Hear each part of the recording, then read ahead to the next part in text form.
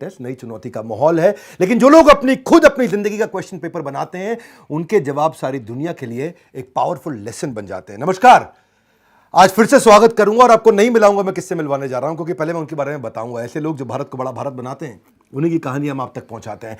हमने जब बड़ा भारत की शुरुआत करी थी तो सुपर 30 के गुरु हमारे यहां आए थे, जिनको आप सब जानते हैं।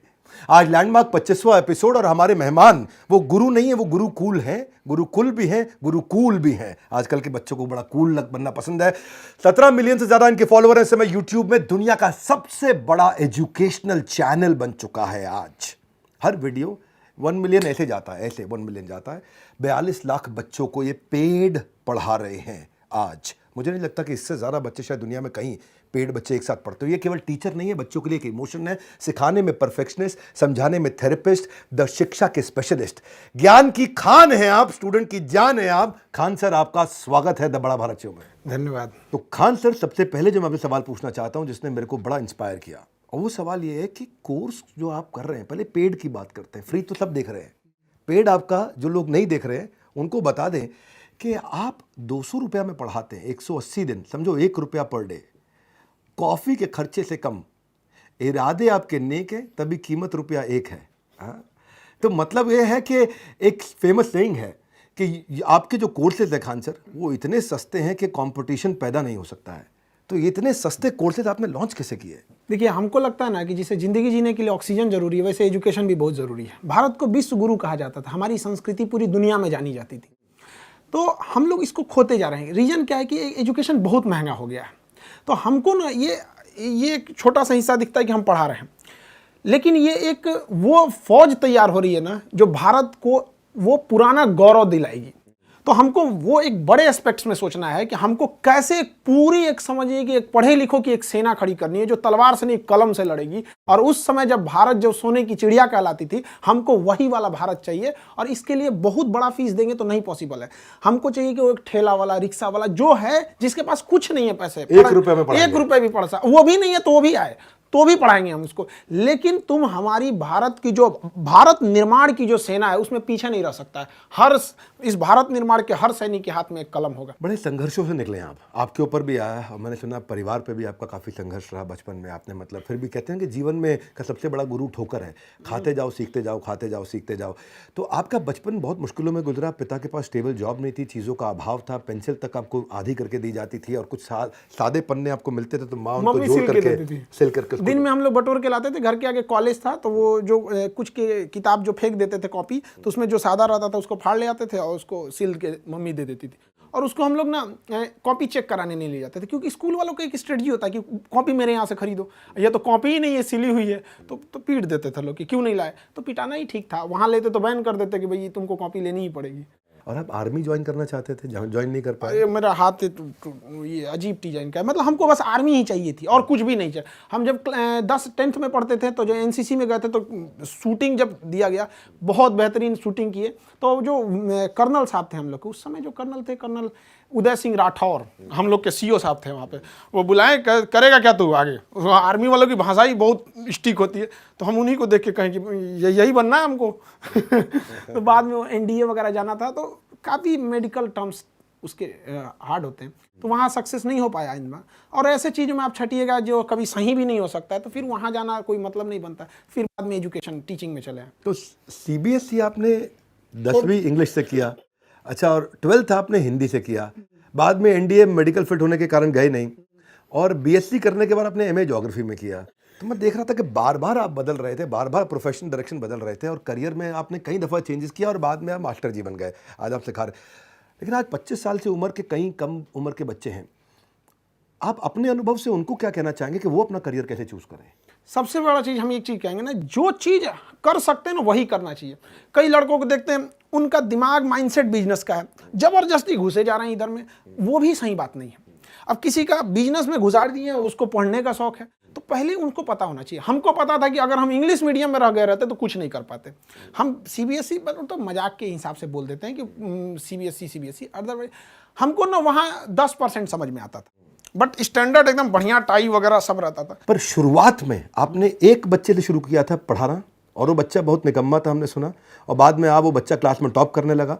बड़ा भारत शो में हमने कई शिक्षक बुलाए, हमने अलग पांडे जी बुलाए, आनंद सर बुलाए, अमन धत्तरवाल और आज खान सर हमारे साथ में हैं। तो कठिन सब्जेक्ट भी लोग आसान कर रहे हैं, ये वो सारे टीचर्स हैं। और आप भी कठिन सब्जेक्ट को बहुत आसान करते हैं, पर दूसरी तरफ स्कूल कॉलेज में आज भी रट्टे की बातचीत हो रही है, भले टॉपिक समझ में आए ना आए। तो आपको क्या लगता है, क्या कमी है एजुकेशन सिस्टम में? आपको आज एजुकेशन सिस्टम समझाना है मुझे, एक लाइन में अगर आप ये समझाएं कि एजुकेशन सिस्टम में ये कमी दूर होनी चाहिए, बहुत जरूरी है, क्योंकि शिक्षक ये ठीक से नहीं समझ रहे हैं। तो शिक्षक के बारे में क्या कहना चाहेंगे? देखिए, शिक्षा से आप रोजगार पा सकते हैं, बट ये रोजगार का अवसर नहीं होना चाहिए। आपके अंदर वो क्वालिटी है कि आप शिक्षक बन सकते हैं, तो ही जाइए प्लीज, हम सबसे कहते हैं। आप पैसे के लिए जा रहे हैं तो ये आप भविष्य के साथ खेल रहे हैं, बच्चों के भविष्य के साथ नहीं, इस देश के भविष्य के साथ। ये देश एक ट्रेन है जिसके चक्के के रूप में वो विद्यार्थी है जो अपने घरों में बैठा हुआ है, आप उसके साथ नहीं खेलो। आपको वो पैशन होना चाहिए। आपका 10 काम छोड़ के अगर आपको लगे कि नहीं, अगर बोला जाए कि अगर आपको आज लास्ट डेट है तो आपको ये होना चाहिए कि जो चीज जाने है उसको धड़ल्ले से फेंक दीजिए स्टूडेंट के पास, जाओ भाई अब जा रहे। तो ये डेडिकेशन होना चाहिए वहां पे। पैसे के लिए होगा तो ये क्वालिटी गिरेगी। मैं असल में टीचर्स के लिए काम करने का प्रयास कर रहा हूँ कि मैं इस बार जो शिक्षक दिवस आ रहा है, टीचर डे, तो मैं आज सबको ये बताना चाहता हूँ कि मैं एक फ्री वेबिनार करने जा रहा हूँ सबके लिए, ट्रेन द ट्रेनर टीचरप्रेन्योरशिप। और ये मेरा एक और गिनीज वर्ल्ड रिकॉर्ड अटेम्प्ट होगा। ये मेरा एक वेबिनार रहने वाला है और मैं बिल्कुल अफोर्डेबल करता हूँ, एक्सेसिबल करता हूँ, लेकिन आज फ्री करने जा रहा हूँ। तो जितने भी शिक्षक लोग हैं वो सीखना चाहते हैं, तो मैंने कई मेथोडोलॉजीज, वो सारी मेथोडोलॉजीज जिसमें public speaking, videopreneur, train the trainer, वो आकर के फ्री में अटेंड करिए, उसका फ़ायदा उठाइए। उसमें कोई कमर्शियल चार्ज नहीं, मेरे यूट्यूब पे होने वाला 4 तारीख को, शिक्षक दिवस से एक दिन पहले, क्योंकि उस दिन संडे है, दोपहर 12 बजे होगा, आइएगा। और खान सर, मैं आपको भी इन्वाइट करूँगा कि आप भी अपने टीचर्स को बोलिए कि वो आए, अटेंड करें, क्योंकि आपके साथ और भी बहुत टीचर जुड़ते चले जा रहे हैं। एक्चुअली ये जो आप प्रोग्राम वाला बात कर रहे थे, हम आपका एक छोटा सा वीडियो हम आपने लगभग 3-4 साल पहले देखे थे। आप शायद किसी गार्डन में आप मोबाइल से बना रहे थे।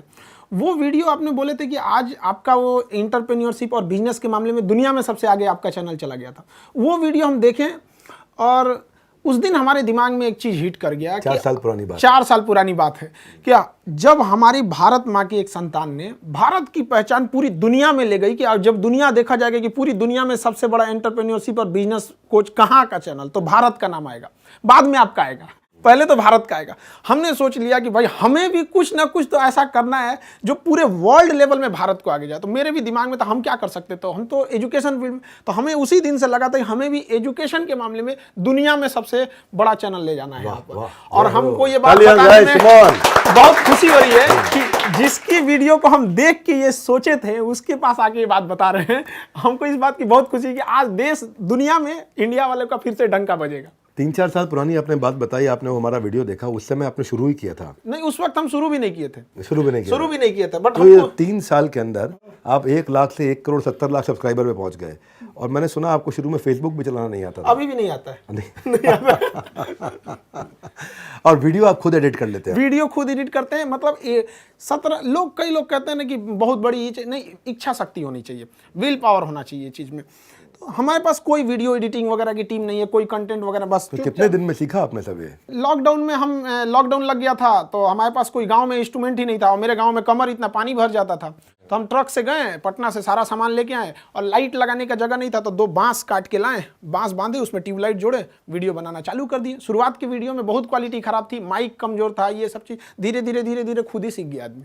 पढ़ाने का ये आप में जुनून रहा है। मैंने सुना वो ट्रक की जो आप बात कर रहे हैं, उसमें कोई ट्रक ड्राइवर वाला आपने रोल निभाया था कुछ? वो ट्रक ड्राइवर लॉकडाउन में थक गया था, उसके पास हिम्मत नहीं कर रही थी। हम कहे भाई हम पढ़ाएंगे, अगर हम लॉकडाउन, क्योंकि लंबा चला गया, शुरुआत में हम लोग को लगा था कि छोटा सा लॉकडाउन रहेगा, बट वो लंबा चला गया, तो हमारी मजबूरी थी।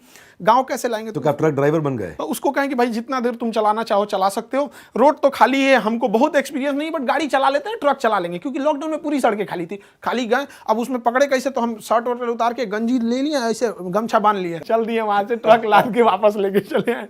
एक चीज बहुत मायने रखता है कि टाइम पर, समय के पास इतना समय नहीं है कि दोबारा समय देगा। वाह, ठीक बात है। इसलिए टाइम बहुत मायने रखता है। वक्त नहीं लगाना चाहिए निर्धारित करने में हमें क्या करना है, वरना वक्त निर्धारित कर देगा, करेगा कि आपका क्या करना है। मैंने जब आपके बारे में रिसर्च किया तो आपकी सफलता के पीछे एक लंबा संघर्ष रहा है, और वो संघर्ष में जब आपने कोचिंग खोला तो मैंने सुना आपके ऊपर बम फेंके गए। बहुत 3 बम चला दिया गया। एक तो बहुत अच्छी किस्मत थी कि फटा नहीं। टारगेट बहुत अच्छा था। वो फटा नहीं वहाँ पे, 3-3 बम मार दिया गया। इसलिए कर दिया गया कि लड़के लड़कियाँ ना आए यहाँ पे क्लास करने के लिए। बहुत सारे लोगों को प्रॉब्लम होने लगा, कई प्रॉब्लम थे कि एक तो ये ऐसा क्यों पढ़ा रहा है कि जो कोर्स 2 महीने का है अगर वो 3 महीने भी जाएगा तो हमको जब तक लड़कों की संतुष्टि नहीं होगी आगे नहीं बढ़ेंगे। तो इस वजह से कई सारे ऐसी घटनाएं हुई थी। हमको उस दिन ठान लिए कि हम जिंदगी में कभी इन बच्चों को नहीं छोड़ेंगे, क्योंकि जब मेरे कैंपस में 15-20 कोचिंग थी और मेरे कोचिंग पे पर्सनली बम चला था, मेरे ऑफिस पे उड़ गया, पूरा धुआं हो गया था। बाकी ये सुबह 9:30 बजे के आसपास की घटना है। उस दिन शाम के शिफ्ट में कोई कोचिंग वाले ने क्लास नहीं खोला। हमको उम्मीद थी कि वो हमारा